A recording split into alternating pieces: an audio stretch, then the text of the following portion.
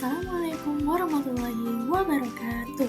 Perkenalkan, nama saya Gisa Okto Traprodikma dengan NIM 23110500084 dari Prodi Teknologi dan Informatik semester 5 untuk memenuhi mata kuliah toksikologi.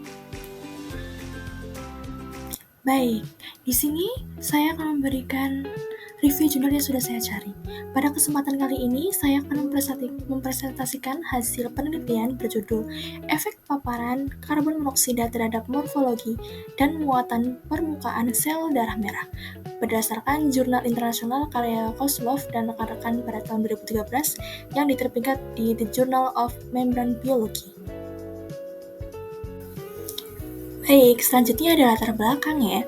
Yang pertama, karbon monoksida atau CO adalah gas toksik tanpa warna dan bau yang dihasilkan dari pembakaran tidak sempurna bahan bakar. Yang kedua, CO memiliki afinitas 200-250 kali lebih tinggi terhadap hemoglobin dibandingkan oksigen.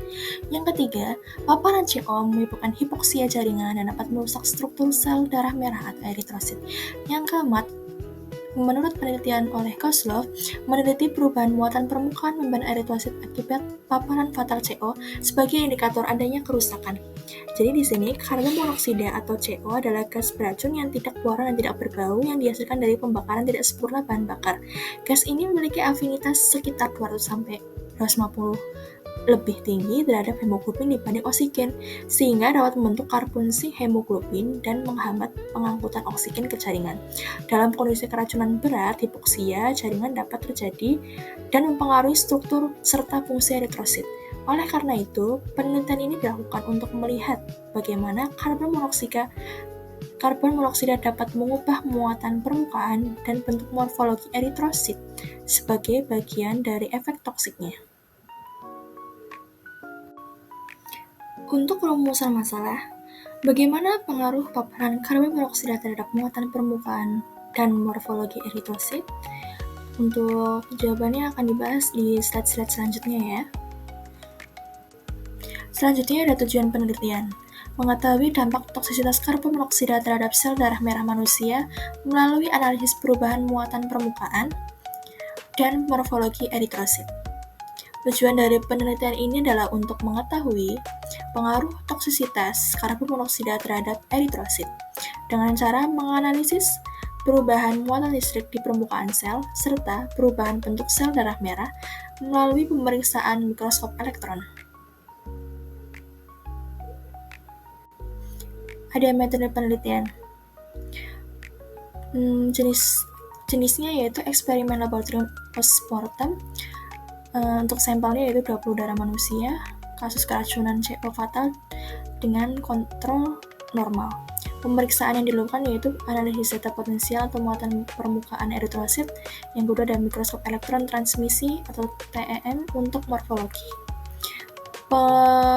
Penelitian ini merupakan studi eksperimental laboratorium yang dilakukan pada sampel darah manusia postmortem. Sampel terdiri dari dua kelompok, pertama kelompok kontrol dari individu sehat, dan kedua, kelompok korban keracunan karbon monoksida fatal. Pemeriksaan dilakukan dengan dua cara. Yang pertama, mengukur zeta potensial untuk mengetahui muatan permukaan eritrosit. Lalu yang kedua, menggunakan mikroskop elektron transmisi untuk melihat perubahan morfologi sel darah merah.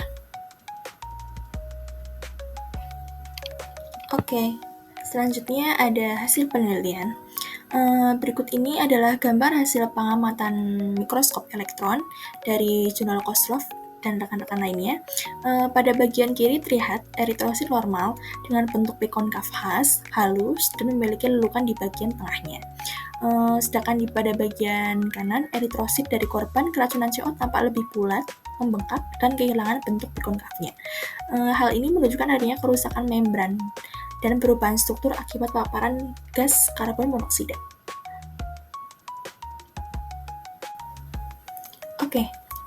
Selanjutnya ada data penelitian. Dari hasil pengukuran zeta potensial diketahui bahwa muatan permukaan eritrosit menurun secara signifikan pada kelompok keracunan CO dibandingkan kelompok normal. Penurunan muatan listrik ini berarti menandakan membran eritrosit menjadi kurang stabil dan lebih mudah rusak, yang menjelaskan mengapa bentuknya berubah menjadi sferik seperti yang terlihat pada gambar sebelumnya. Selanjutnya ada pembahasan.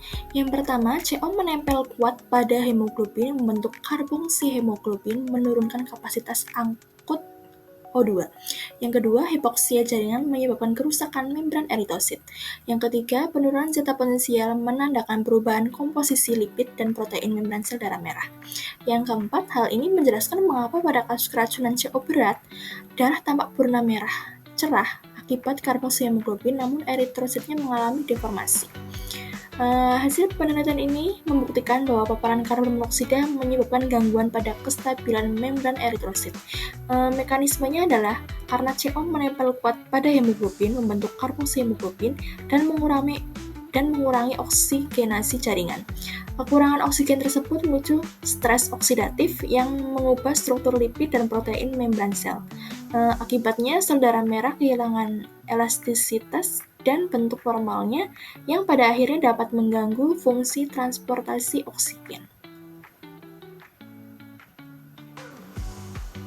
Oke, untuk kesimpulan, yang pertama, paparan karbon monoksida menurunkan stabilitas muatan permukaan eritrosit, lalu terjadi perubahan bentuk eritrosit menjadi sferik dan kehilangan pink konkav normalnya. Lalu hasil ini menunjukkan adanya efek toksik langsung CO terhadap membran sel darah merah.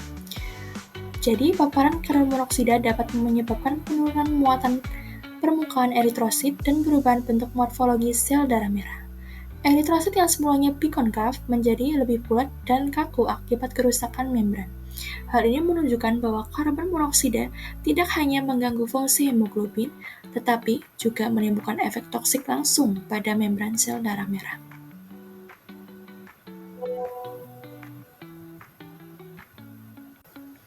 Oke, sebagai penutup presentasi dari saya, penelitian ini memberikan gambaran bahwa efek toksik gas CO bersifat ganda, yaitu menghambat pengikatan oksigen sekaligus merusak eritrosit secara struktural.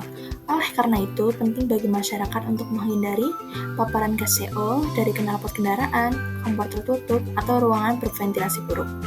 Demikian presentasi dari saya, mohon maaf jika ada kata-kata yang kurang berkenan. Terima kasih atas perhatiannya. Wassalamualaikum warahmatullahi wabarakatuh.